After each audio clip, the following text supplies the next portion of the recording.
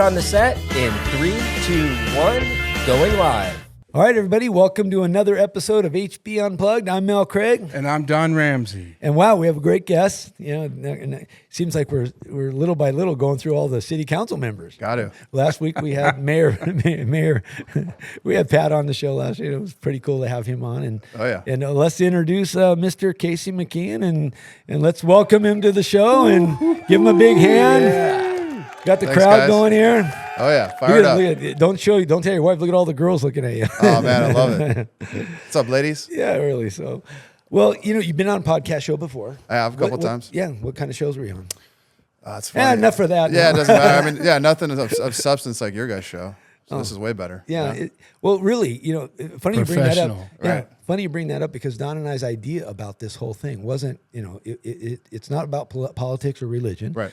It's really about just another venue for people to get in touch with to find out what the heck's happening in Huntington Beach. I think it's great, man. And that's how we set it up, and that's how we've dialed it in. And so right off the bat, one of the things we want everyone to know is you. Okay. We want to find out who you are, what you do, and a little bit about you. A lot of people. Where you grew up. Yeah, where you grew up. Where you're from. And, oh, yeah. You grew up in Compton or Watts, I think, yeah. Mm-hmm. I'm just kidding. Yeah. No, man, I mean, Well, first off, family. Yes. Wife. I'll start from the beginning because why not, right? Yeah. I'm third generation Huntington Beach resident. So my grandfather moved here after serving in the Korean War. So moved my mom's side of the family out here. To Huntington? To Huntington from Ohio. He was, my mom's side's from Ohio.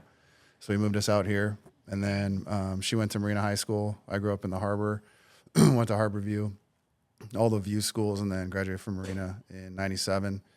And then went to Orange Coast College for a couple of years, and then transferred up to USC, which I know Rick will like.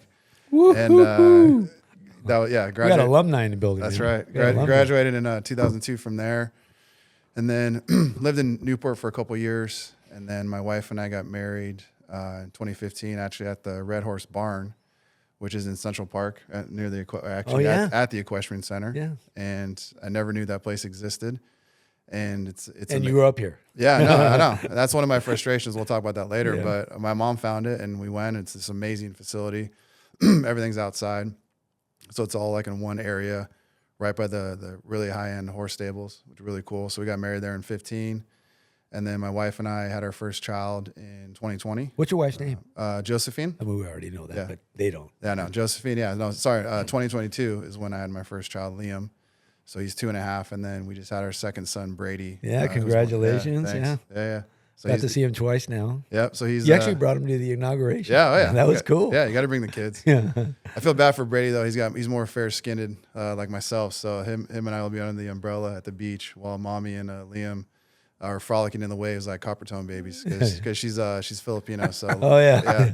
Looks like Don Ramsey, the skin tone. Yeah, kind of dark. Kind of dark. So yeah, no. So they look alike, which is great. But he's definitely got my fair skin. Oh, cool. Yeah. So it's great, man. It's been a crazy ride. Very blessed with this life. Blessed to grow up in Huntington Beach. I think I always say it's the best city, I think, in the world. If you think about it, I've been blessed to travel a little bit, so we have the best weather in the world. We live in probably the best area of California in Orange County, and obviously the best city in Orange County. So. Well, you can actually go to other states and other countries that are beautiful at certain times of the year. Right. It's not like Huntington Beach where, I mean, come on. No, it's just the consistency. 365 days out of the year, we're living in paradise. For God's sakes, it's the best. I always say, like, we live where people vacation. Yeah. It truly is a blessing, and we're proud. There's a really cool survey that came out last week that we were rated the best run city in California. Isn't that amazing? We're the 10th happiest city in America, and the 10th healthiest city in America. So things we're all proud of, and I believe it to be true in my bones growing up here, and I love this place. We got the right vitamin D. That's right. Yeah, it's all here. We get a little June gloom, but it's okay. It burns off. Yeah, and one of the things we were talking about earlier is I've been trying to get my wife, and I guess I'm going to do it this week. In fact, Rick was like pushing me, and I finally got to do it. I'll just put her in the car, and we'll go to, the butcher shop. Yeah, the Beef Palace. Yeah, let's talk about that. It's an institution, it's a staple. The fact you haven't been yet is, I'm sad and insulted, but it's okay. You'll make up for it. Yeah. So good story. So my mom actually married Calvin Free, who owns the Beef Palace. He's my stepfather. They actually got married in high school, but he's a wild cowboy. So I don't think she realized or thought that maybe they could have a family together because he's such a crazy cowboy. So they actually got divorced. Oh, wow. Married my father, had my brother and I. And then Calvin, my mom actually got remarried in 2000. Back to Calvin. Yep. They got wow. they got remarried. They were like true loves. No, God, you know? man, you got to go on Lifetime circle. movie, do a Lifetime movie. Yeah, You know, I know. And I told my mom, I'm like, you married Calvin from the Beef Palace? She's like, yeah, I'm on. He doesn't have any kids. And she's like, no. I'm like, I'm on. Thank you, mother. This is amazing. And, ever since then, my brother, Sean, he's been running the shop since basically then. I mean, since 2000, basically taking it over. So we keep it in the family, and it's, it's the best meat, butcher shop, I think, ever. The quality's amazing, all kinds of meats, all and kinds of I have cheeses. a question for you because, like Stater Brothers, they actually started back in the day because of they were famous for their meat, but it's still a grocery store. Is there a difference between what you buy at the grocery store and what you buy at the butcher shop? Without a doubt. So Calvin, he's fifth generation butcher in his family. So he's got photos on the wall when you go in on the left, like black and white, 1880 in Texas with his great-grandfather, great-great-grandfather. And then Sean will be fifth generation butcher. But, it's an amazing retail shop. It's been there since 1970. They moved up from Coronado, actually. His dad had a butcher shop in Coronado. San Diego. Yep. Yeah. And then moved up to HB in 1970 and opened up the Beef Palace, where it still is obviously at Springdale and Warner. But they basically, every product that they carry is the best of that product because of how they shop quality amongst all their products. So when you get that ribeye, that's the best ribeye. When you get that seasoning, that's the best seasoning. When you get the bread, that's the best bread. So he's always, it's always on the cutting edge and like the apex of quality products. Yeah, it's going to be a little more pricey, but the quality is just unmatched. So to answer your question, grocery stores don't have that much focus on quality when this, because it is just a butcher shop, and that's all they're focused on. It's the best of the best. So, again, when you think about a piece of meat in front of you, then you wonder why some like Houston's or what's the other big one?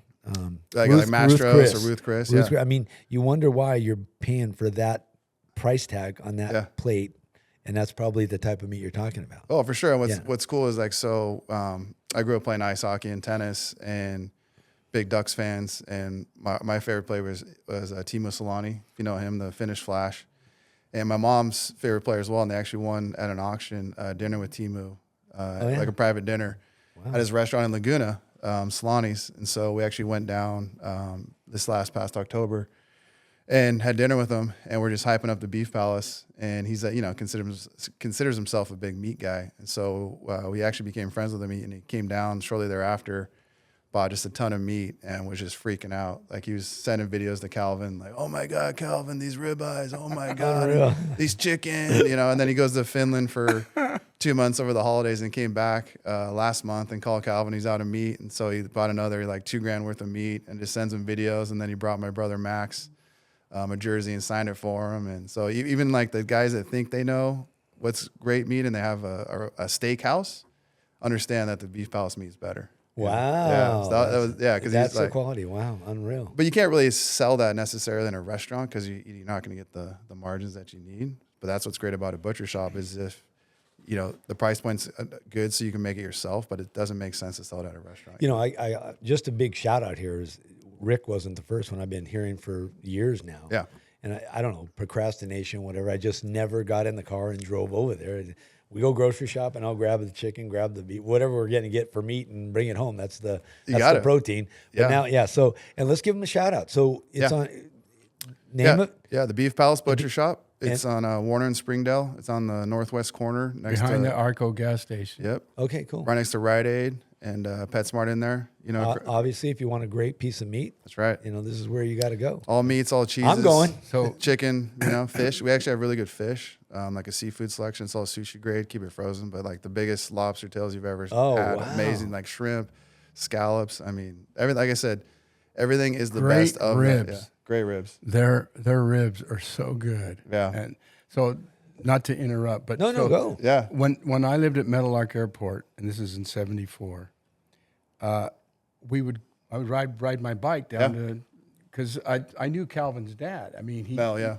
So, because me and my buddies, we'd get our money together and we'd buy a big old thing of ribs. And every time I come in there, I go, how much do you want? And I go, well, we just want one slab right now. But it's been times when we were going to have a party and barbecue in the backyard, and I'd get like 2 or 3 slabs. Oh, yeah. And cut them in thirds and just, I mean, watching Calvin. Calvin's about the same age as me. Yeah. He's a character, man. I mean, like during Christmas, we think we sell the most prime rib over 4 days of any shop in definitely in SoCal. I mean, last year, just Christmas alone, we sold 7 tons of prime rib. Well, Rick was telling me earlier that you go there at Christmas time. Oh, yeah. You're in line. Yeah, the line will wrap all the way around PetSmart by Baskin Robbins. I mean, anybody who's listening right now, if this hasn't got your curiosity up, like now I'm for sure going this weekend. That's it. I mean, like I'm gonna fill the freezer now with some good meat. So. Well, no, it's all freezer paper too. That's what I do because I live in the Southeast now. So I'll go in like once a month, load up on chicken, ground beef, whatever, wrap it, label it, and then just pull it out in the morning. And babe, what do you want to eat tonight? Chicken, great. Bacon, whatever. But Liffring comes in every year for Christmas and films it. And, Calvin, my dad, has always got like some gold suit on, or he has a bacon suit, or he's wearing his cowboy hat, working the crowd. And wow, Mr. Huntington Beach. Yeah, he won Mr. Huntington Beach. Oh, wow. And like, I think it was 2010, and he's never let it go. Even though I think Don, Does he still wear a cowboy hat? Of course. But he actually, he sponsors. No, he wears a crown sometimes. Yeah. He's got a crown. No, this is hilarious. So he got the crown for Mr. Huntington Beach in 2010. The ceremony was at Old World. It was hilarious. And all these different events, and the formal event with formal wear, everyone comes out in tuxes, and he comes out like full drag in a dress, And my brother Sean was like, a crown. Yeah, and my brother Sean's like, God, I had to put lipstick on him and earrings. It was insane. Oh my God. And of course, he like won the whole thing. So they gave him a crown, and he has it. And then the next year, they wouldn't let him re-enter, right? Because he already won it. So there's a funny video of Liffring coming in and like taking the crown, and Calvin's all sad. And then the camera pans back to Calvin. He pulls a box out from under the desk, like a replacement crown, and like puts it on his head. But when you actually walk in the beef house and look to Matt had that planned out. Oh yeah. Yeah. If you look to the right, he has a crown up there. Yeah, but he continued to go to events, and he had this like Sash. sash across there, and it said Mr. Huntington Beach. How old is on he? it.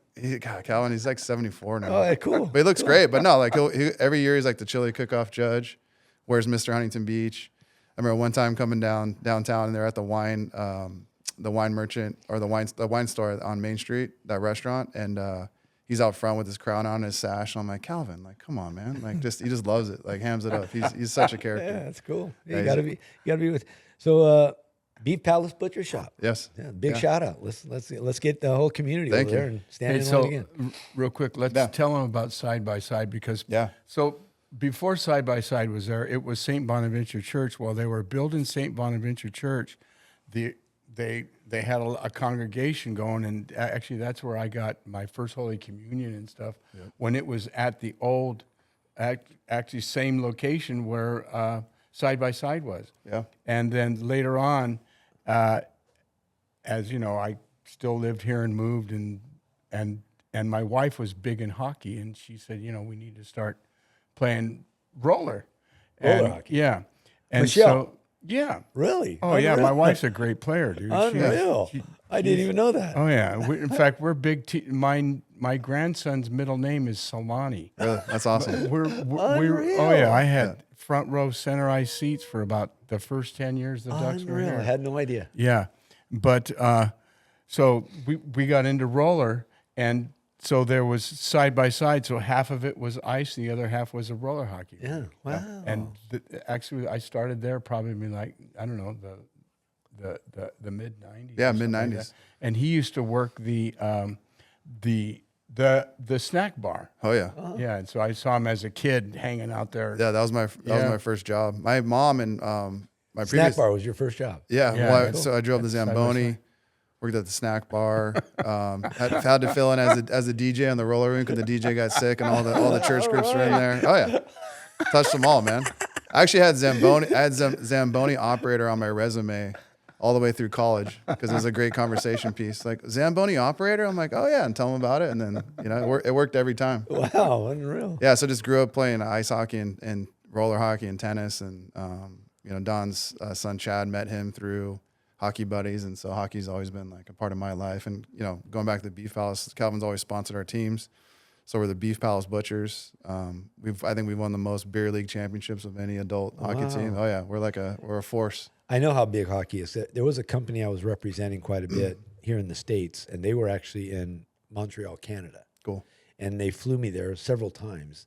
And they used to tell me, the drivers or whoever was bringing me to the office, hey, you got to know these teams. You got to know this. We're going to teach you right now, because when you get to the office, you better know this stuff. Yeah. Because they're diehard hockey fans. Oh, yeah. Canada, that's their biggest life, sport. man. Yeah, that's life for that's them. life. Yeah, That's everything. Amazing company to be a part of and help represent and work with. But that was it. You had to know everything about hockey, or you're like, forget it. Don't have Mel come back if he doesn't know anything about hockey. Well, let me tell you. So while we had side by side, That was the best. Yeah. Coast to Coast opened up over on McFadden and Graham by your old office. And so we literally had two of the, I mean, I live at the end of Graham by the Balsa Chico Reserve. We would drive straight up Graham and go play. I mean, we still say it now, how lucky we were.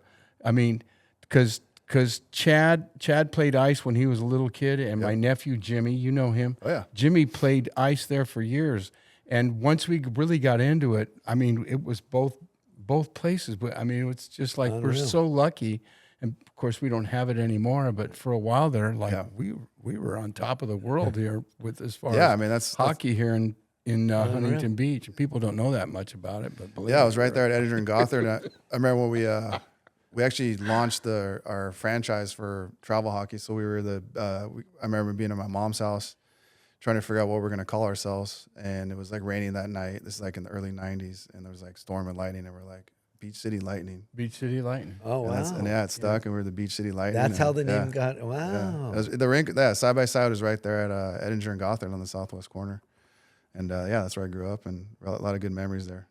Now you're city council. Yes, sir. Mayor pro tem. That's right. So talk about the city council job, Yeah, man. It's I know you worked hard. Yeah. I was going to all the events with Rick, getting invited and coming to watch it. Love to see you guys smile. A lot of work you put into that. Yeah. So No, what's it been like? So how long is it? Maybe I shouldn't have brought it up. How long is this podcast? Yeah, really.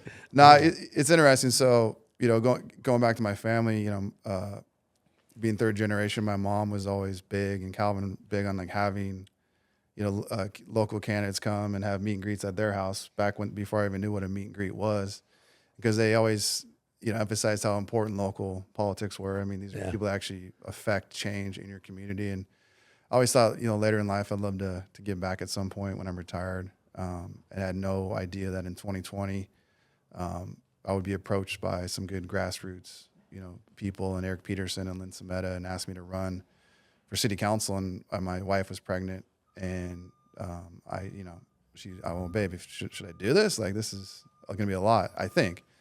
And she's like, well, the mayor's asking you, Lynn Sameta at the time and Eric Peterson, like, you should do it. So I jumped in, and so I met Rick and Tito and Gracie. Yeah, and we remember all the Tito thing. We all ran you together. guys were running together, yeah. Running together. We were like the first slate, if you will. Yeah.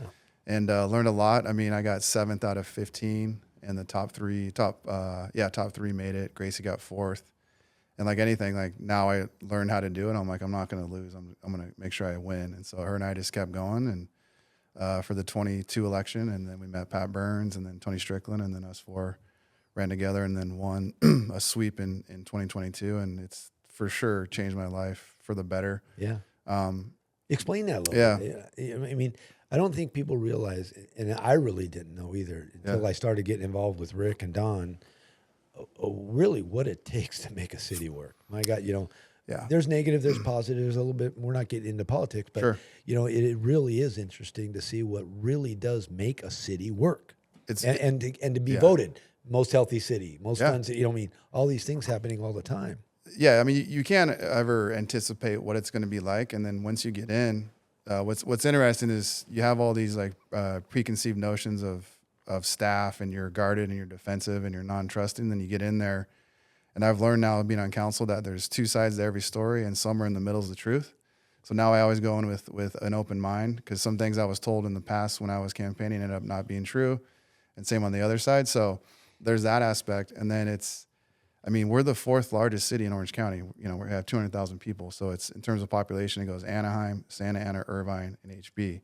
So you can imagine we have, over 1,000 employees and we're, 29 square miles. We have 79 parks. And so you get in, you're just drinking from a fire hose and and they're putting, booking your calendar with meetings. And I'm like, no, I cannot meet at this time because I have a full-time business. I work in commercial real estate. Right. So they're like, keep filling your calendar. And I remember going back to Eric, Eric Peterson, who was a mentor. I'm like, what do you think? He's all great guy, by the way. Yeah, they will take over your calendar if you don't take it back. So then, Kathy Fikes, who was our assistant, she's an amazing lady. I'm like, Kathy, I can meet in person, now with taking Liam to school at Sur City Christian on the north side. I can meet Monday, Wednesday, Friday in the morning at like 9:30 to 10:30. Then I got to go because my office is down in Laguna Hills.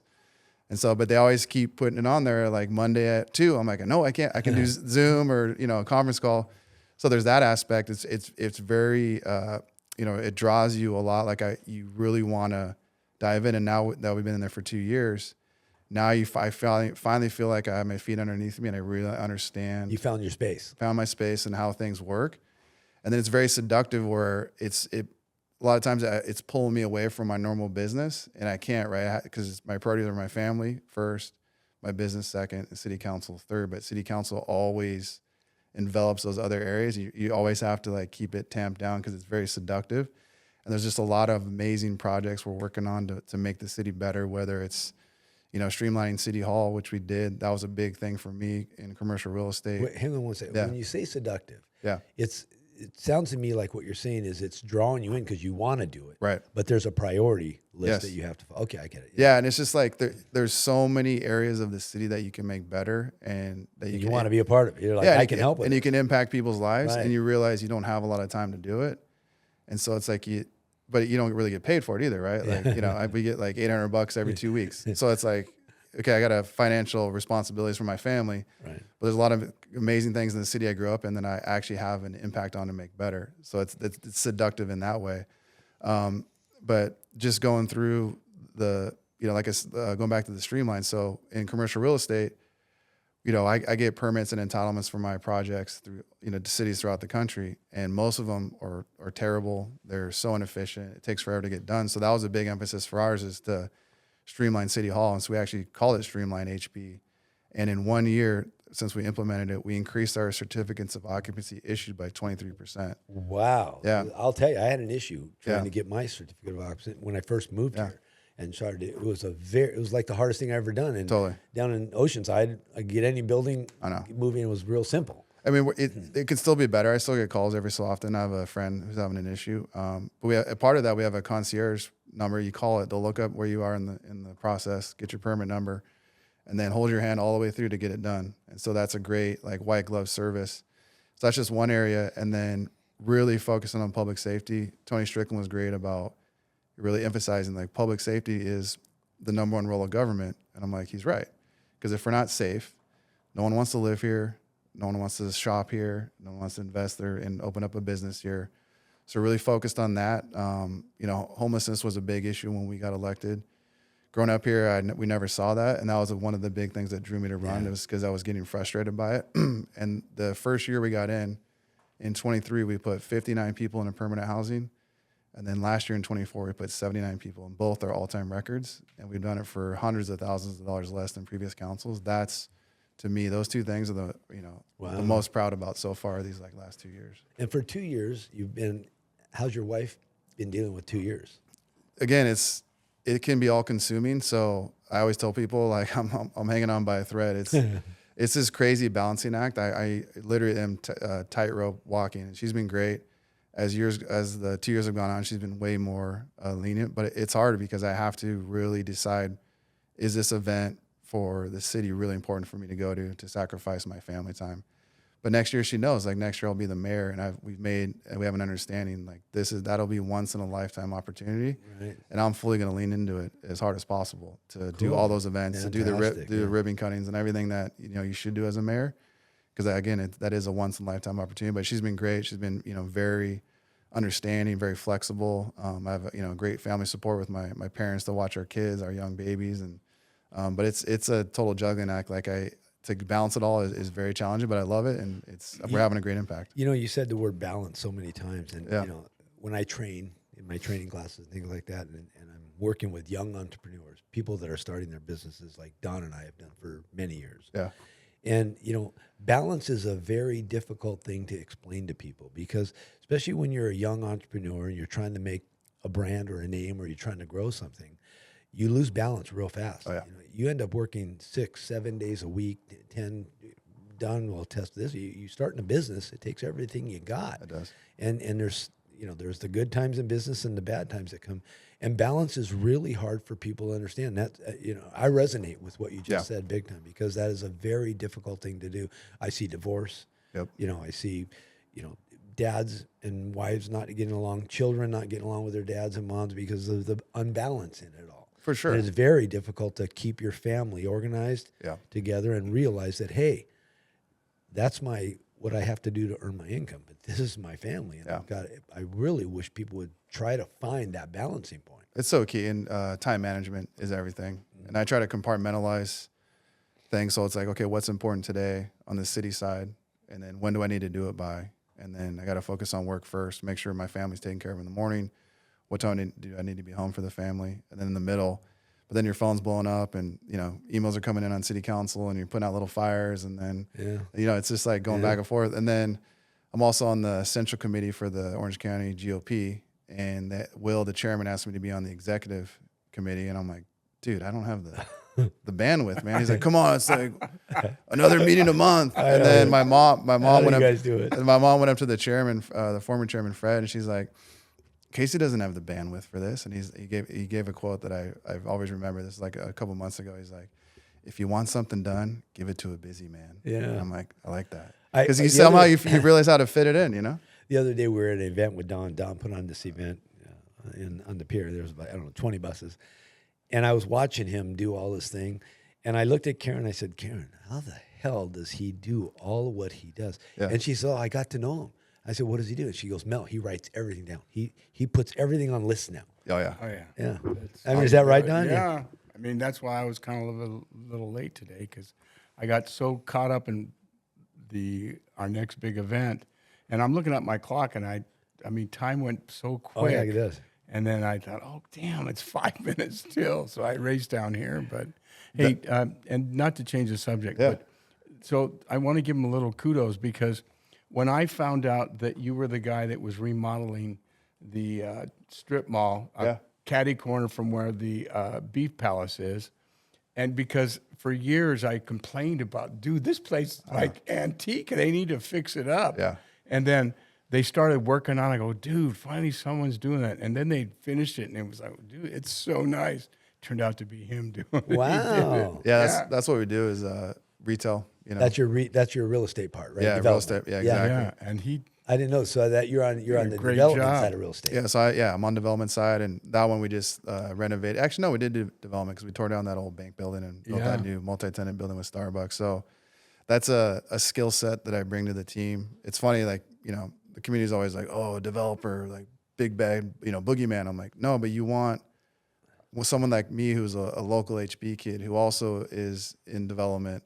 Because I know how the game is played, and I know how they come at us. And I know how to defend us, and so I lead the charge on everything that's like real estate development kind of focused.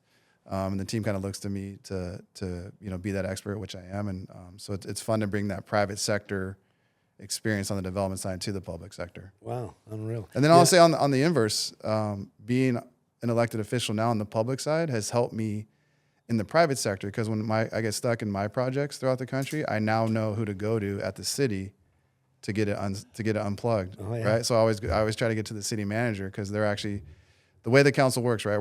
There's 7 of us. We're basically the board of directors, and the city manager is our CEO. So he's our only employee.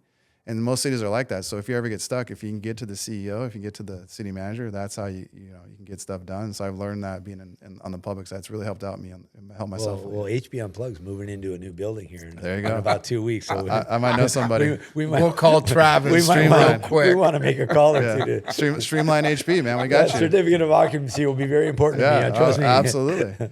No, but you think about it, I'm so proud of this Streamline because that's a 23% increase. That's businesses open faster, jobs created more quickly, tax revenue to our general fund more quickly as well. And it just makes our entire economy stronger. And then people will now hear about that. Other cities have approached us. How are you guys doing that? And the word gets out and businesses want to come here and open up. So it all just kind of flows off of that, you know? Yeah, so. I saw you at the Helos and Hot Rods. Hot Rods and Helos. Yeah. Car show with the whole family. And, you know, one of the coolest things about you, Casey, is you always have a smile on your face. I mean, thank you. You know, that means a lot to a lot of people, you know, and you're always approachable. You know, I've never been one. I get intimidated by people a lot of times, you know, like Rick intimidates the hell out of me. No, I'm just kidding. Rick? I'm just kidding. So, but, you know, when I really, you know, if somebody sees, you know, Casey out on the street, or you just walk up and say hi, and I'm sure you'll, you know, you get to know him a little bit more than just today, because that means a lot to people, that they know they can go up and walk up and talk to you and say hi, and, and that's get a real person behind the, you know, behind it. It's funny, like the most I've ever been approached is at like the gas station. Like a couple of times, I'll like be pumping gas and someone's coming up. I'm like, all right, what is it? And hey, man, like, love what you guys are doing. I'm like, cool, you know? So it's been cool, but no, I mean, we're just residents. I could just see it now. Somebody pulls up at the gas station, jumps out of the car with a gun. You know? I know, no, you're like, at first you're like, no, at first you're like, what, this guy's kind of coming quick at me, but then they're, you know, they're always very nice, but that's what it's all about. That's why, you know, people have asked, oh, do you want to run for higher office? I'm like, I have no interest, you know, like, council's so great because you can actually see the results of your efforts and having the positive impact you have on your city. And like, you live here, you're a resident here, and we're just residents. Yeah, people have entrusted us with the responsibility to make the city better. And so it's a power that I do not take lightly. And so it's fun. I mean, you know, people sometimes get ceremonial, like call me like, oh, council member. I'm like, just call me Casey, man. Like, I'm just here to make my city better, and I love it. That's why I'm doing it. And it's been fun. And you're third generation. Yeah. HB, yeah. For sure. So cool. You know, it's funny because all of us grew up, you know, my brothers were surfers. That's where I learned how to surf. And they would come up to Huntington Beach every now and then, not a lot. We grew up in San Diego, but I remember coming up here and just seeing everything was wide open. And I right out of the U.S. Army, got out in '79, and I stayed with my brother in Hacienda Heights at his house for a couple weeks while I was looking for a place, and I ended up moving to Adams and Pine. Nice. A little house there, got a roommate, and was here in the 80s, and what a difference today from then. I mean, you know, all the things that Main Street was really Main Street USA. It wasn't really a tourist thing. It was, you know, the hardware store. I mean, everything was there. It was like you cruise down Main Street. And I rode my Schwinn bike everywhere. Yeah, you know, that was like the coolest thing. Well, it's really cool about being on council. So, you know, my first meeting, we go in the back in the council chambers, and there's this photo on the wall, this black and white photo in 1909. From the very first city council. There's 5 guys in there, and they're all looking in a different direction because photography wasn't as prevalent back then. And I'm like, wow, that's a cool photo, you know? And then we have an archivist, Kathy Shea, in the city. And so I just started doing a deep dive. And if you go in my council office, I have chronological historical photos throughout the year. So it starts with that same first city council photo in 1909, going through the decades, all, you know, the view from the ocean looking down the beach and all the oil wells along the coastline, like Christmas trees, the Golden Bear, you know, down on Main Street. Yeah. There's a really cool watercolor rendering of the council chambers before it was built that I have. And then she found actually a great photo of the Beef Palace, and I showed it to Calvin. I'm pretty sure that's Mel, and he's like, I don't think so. I'm like, it looks just like you. He's like, yeah, I guess that is my dad, you know? So having that old Beef Palace photo in like '72, and so there's just so much history here. I mean, people don't know, like when it was founded, when Henry Huntington bought Huntington Beach and founded Huntington Beach, what we were Pacific City before then, he brought in the rail car, the red car, the train into town because he was a train tycoon, and that red car came in 1909 on Independence Day, and they had a parade to celebrate it, and we've had an Independence Day parade ever since. It's the longest running Independence Day parade, so it's very special. And I actually did not know that until I got on council. So it's been fun to really like dive into our amazing rich history and how much oil we had here, and people, you know, growing up with tar balls on their feet. We had so much oil here that then the pressure was so intense that they had to, once they pierced it, it just shot up that black gold, you know? You know, because of my global brand, people fly in from other countries and they're amazed when I take them through Huntington Beach, and between 2 nice, beautiful custom homes, there's an oil well. Right. Like, they're looking like, what's an oil well doing in a neighborhood? Yeah. You know, like no. You know? It's great. So like we're decommissioning. There was 3 wells on the City Hall property that we had to take down, and Oh, I thought they were putting new ones in. So No, those are actually coming down. Yeah, we tried to fire them back up, but there's just not enough oil. It didn't make sense. It's been a bear trying to get them capped, but as we're taking it down, I called our former Chief Haberly. I'm like, Chief, save one of those. Save the pieces, please. Oh, yeah. So he did, and it's in the back of the public works yard. And when we're done, I want to create like a monument. Yeah. That's a great idea. Wouldn't that be cool? Don? That's Oh yeah. I mean, dude, we're oil town, man. Yeah. I mean, the Oilers. Yeah. So I want to create a monument of an old oil well there. Well, they got, if you go to Gustafson Brothers, right there in front of the building, they have one right there. Yeah, I told Jason HB Propane, Thomas's would give me a small one and put one right on his line. Says, no, I don't want it. I go, dude, come on. It's Huntington Beach. It's part of our history. Yeah, you got it, man. And Thomas, so it's funny talking about Pat Burns, our mayor. So when I met Pat, I was like, this guy, like former cop, and he's like, he's very gruff. He just shoots you straight. And we were campaigning. It was funny because we'd be at like someone's house in some, cul-de-sac, and a guy walking his dog, like, "What's up, Pat?" He's like, "What's up, Steve?" I'm like, "Dude, this guy knows everybody," and he does. Yeah. Like the Thomas family, and like Pat knows everybody. Steve Thomas, yeah. All oil family. So whenever we, need something in the city, like Pat always knows somebody. Yeah. So it's just we're like I said, the 4th largest city, but what's great about HB is like it's just this suburban beach town vibe still, and we have this grit and this culture. And I always tease my Newport Beach council members. I'm like, you guys are up in your ivory tower and looking over at HB, and we got a little grit to us, and we're scrappy. And it's fun actually going back on the history. So when the rail lines were being cemented on where they'd go, Huntington Beach back in the early, I think it was like 1920s, we actually sued Santa Ana because they were trying to pull it over. And that's how we got known as our scrappy little beach town vibe moniker. And it's stuck ever since because people know we're scrappy. Like you can't push us around, So I thought that was funny that going all the way back in the early 1900s, Karen and we were always fighting back. We go downtown Huntington Beach, and either on a bike ride or a walk. We walk from the house down to the pier and then up Main Street, have a bite to eat or whatever. We always run into somebody. Oh, yeah. We're always talking to somebody. I hang with this guy. Geez, there's nobody he doesn't know. I mean, you can't even hang with him. It's too hard to do. No, he is. Especially if you're on your way somewhere, forget it. Don't bring Don. You won't get there. I always thought Don, no, he's actually the real Mr. Huntington Beach. Yeah. He's got a cool rock band and all that. But it's true. I mean, it's just so fun. And that's why going back to the seductive thing is like there's so many areas that we want to fix, and you just want to focus on it. Like we got some really cool plans for Main Street just to do like a cosmetic upgrade. It's just easy stuff that can't, but it just, things languish because there's too many people that are involved and no one can make a decision. So it's fun to kind of go in, all right, let's finally fix this. Like this is something I wanted to fix for a long time. And there's just a lot of stuff like that we know we can make so much better, and we're focused on it. And it's been fun to untie all the knots and kind of sync everything up. But it for sure is a full-time job without a doubt. Well, I think everybody sees what you guys are doing big time. Yeah. It's fun. It's been a great thing for us to watch, especially this last year. I'm like, getting to know Rick and finding out what, like I said, what makes a city work. And guys like you are putting that together and making that, keeping this town the special town it truly is. We're going to go big next year when America's, next year's the semi-quincentennial, which is America's 250th birthday. So we're going to go big for the Independence Day Parade. Wow. It's going to be insane. Next year, 2026. Oh, yeah. 1776 to 2026. Oh, everybody get ready. Get ready. Wow. The biggest air show ever. You heard it, everybody. There's something special's Can't coming. tell you everything, though. The biggest air show of all no time. leaks coming out of here. The biggest air show of all time. It was cool, actually. Last year, we created like the calendar of events. So every month we celebrate either local or national history. So that's been fun with the committee. And I told them, gear up for the semi-quincentennial because 2026, we're going big. Unreal. Yeah, it's going to be fun. You want to add anything, Don?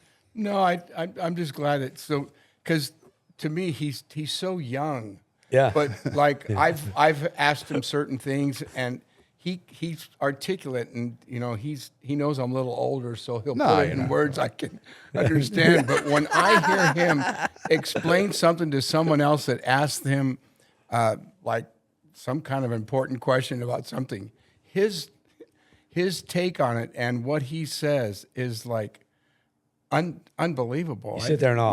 Yeah. You sit there in awe because he can explain everything in a way that you understand, but he also backs up what he's saying by information, like correct information that he's where he's got it from, and it's Factual like, stuff. Yeah, Yeah. it's Wow. Thank you. No, I mean, it's really cool. I appreciate and that. he's a hockey player. You Yeah, know, man. my We're patting you son- on the, we're patting you on the back. I appreciate it, guys. No, but it's just, look, again, I'm just a local kid that grew up here. So I just try to approach it that way and just, want to explain to people the way I would as if I grew up here locally and just make it simple because it's, it's really not that complicated. To me, you said it right there. Yeah. I mean, here's a local kid, grew up here, Yeah. third generation, Right. and you want to make it better. Yeah. You've seen it. And so you know what it means to make it better. No, and it's a wild experience. It's like I said, it's changed my life for the better. Met so many great people. It's fun to like solve problems and have, little old ladies come up to you like, thank you so much. And there's one I'm working on really hard right now. I don't want to really talk about it yet, but when we solve it, I'll be so excited because there's like little challenges everywhere that affect people's quality of life, and you just want to really work to fix it. And unfortunately, a lot of times there's other government agencies involved, so it's just so painful. But it's fun to get in and like fix those problems and see the smile on people's faces, and I love it. Yeah, You're up for the challenge. oh yeah. That's all it means. And you guys wear the coolest shirts.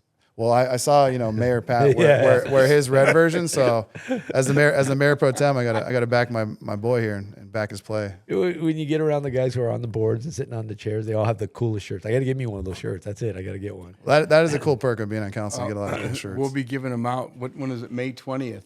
Yeah. We give them the Surfing Walk of Fame for this coming summer. Well, actually, this one is insane. Is it? Yeah. Oh, this next one's I'm so nice. It's green, right? Yeah, the green and white one. I saw John was telling me I'm looking forward. Yeah, but one last thing too. So, I love merch, and the guys that do all the Beef Palace gear, Precision Stitch, they're like local in town. So I was telling the city, I'm like, you guys got to use them, like, because they were telling me sometimes the police use them and sometimes the fire for junior lifeguards, but we're getting like amazing merch made for the city because I'll wear like an HB shirt. They give us, I want one of those, and so I told Travis, well, let's start selling some HB merch. And so then we have the old school logo, right, with like the fission symbol, because people don't know that our power plant was supposed to be nuclear back in the day. That's why the fission symbol's in our logo. Yeah. And so they went away from that old logo to the new one, which is okay, just the HB. But I was like, I love it. I love old school stuff. So we had shirts, but they didn't have the color on there. So I was like, why can't we have colored old HB logo shirts? Oh, we can't do that. I'm like, but the public works guys have it because they'll be wearing a polo. I'm like, dude, I want, look at that color. Doesn't that pop?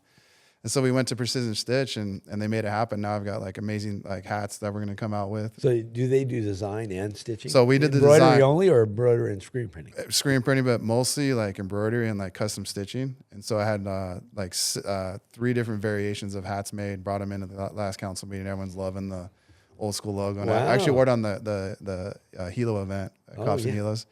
And so we're hoping to maybe open a little like HB store. Let's give them a shout out. Who are they? Precision Yeah, Stitch? Precision Stitch. Yeah, they're up there off of McFadden and Bolsa, basically. So they do graphic design. Graphic design. Really good family. They all work there. The mom, the dad, and the kids, and wow, they're great. They make all the Beef Palace merchandise, and so they've been making a lot of stuff for the police and the fire. And we're giving them our city business, and they're a great local business, and they make a really good product. Oh, fantastic! Yeah, they're awesome. Yeah, so we're gonna hopefully start pushing out some good HB merch to the community. Precision Stitch. Precision You've Stitch, heard it, man. you guys. Yeah, I like to hype up the local businesses. Yeah, that's what we're about. That's what this whole show's about, man. I love it, man. And Don, there's a couple events coming up this weekend. No, next weekend, following weekend. Yeah, that's Surfscape. Surfscape's going to happen down in the beach parking lot across from the hotels. We're going to put some VW buses there, but there's going to be, I don't know, maybe up to 35 or 40 surfing brands, and it's just another way to showcase our town because it's Surf City, USA, and we're just right in smack dab in the whole surfing. One of my funniest events. I love it. Everything surf. Yeah. And we got a Kiwanis Easter egg hunt. Coming up. Yeah, that's what. Yeah, the Ramsey brothers are playing. At Rick is over there going like this. Say something. The Easter egg coming up this weekend. Is that? Well, yeah. I was going to bring it up. Yeah, we play from I think 12:30 to 2:30, and also I'll be in the dunk tank. I'm the first guy at 9:30 in the morning. So if you want to come by and dunk. Wait a minute! I thought they were going to put Pat in the dunk tank. No, I don't think Pat. No. Pat. I said we're not. You're not getting us in the dunk tank. But Ashley's going to be. I saw that. Yeah, Chad will be in there. Yeah. Chad's right after me. Oh, I said, hey, if they get like a hot tub with like circulated clean water, maybe then I'll do it. Luckily for me, I've done it so many years first. they'll allow me be the first guy. So They need to filter that water after the fourth dunk. Man, it's a little, it looks a little suspect. A little funky, yeah. I'm like, you dude, walk out of there, and maybe you start growing a third eye. Or something. Pretty much, man. It's like, dude, you need to. It's fun. I actually look forward to it. It's a great event, man. It's I gotta tell you, it's one of the biggest Easter events I've ever seen. Yeah. I mean, it's massive. You know, the Kiwanis does a really great job, and of course the sports park, sports complex, they pull out all the stuff. Oh yeah, it's definitely one of our best events, especially for the kids. There's, I don't know how many different Easter egg hunts per age group. Yeah, and it's not like just one. Yeah, each age groups get like 4 different like time frames. Yeah, time frames. Yeah. So it's I'm bringing the family early. So my son Liam, he's on the under 3 group. And then they want me going on stage at like 10:45, so we'll probably be there like most of the day. Yeah, you know, hopefully the weather's good. We'll be down there. It's a great event. Got to go listen to the Ramsey Brothers. Can't miss the Ramsey Brothers. Obviously, man.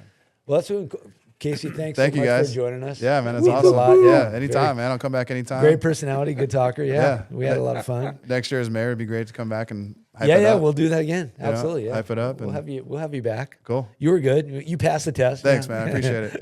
Yeah. You're now official HB Unplugged podcaster. That's cool. Love it. I'm Mel Craig. And I'm Don Ramsey. And thanks for joining us for yet another episode of HB Unplugged. Woohoo!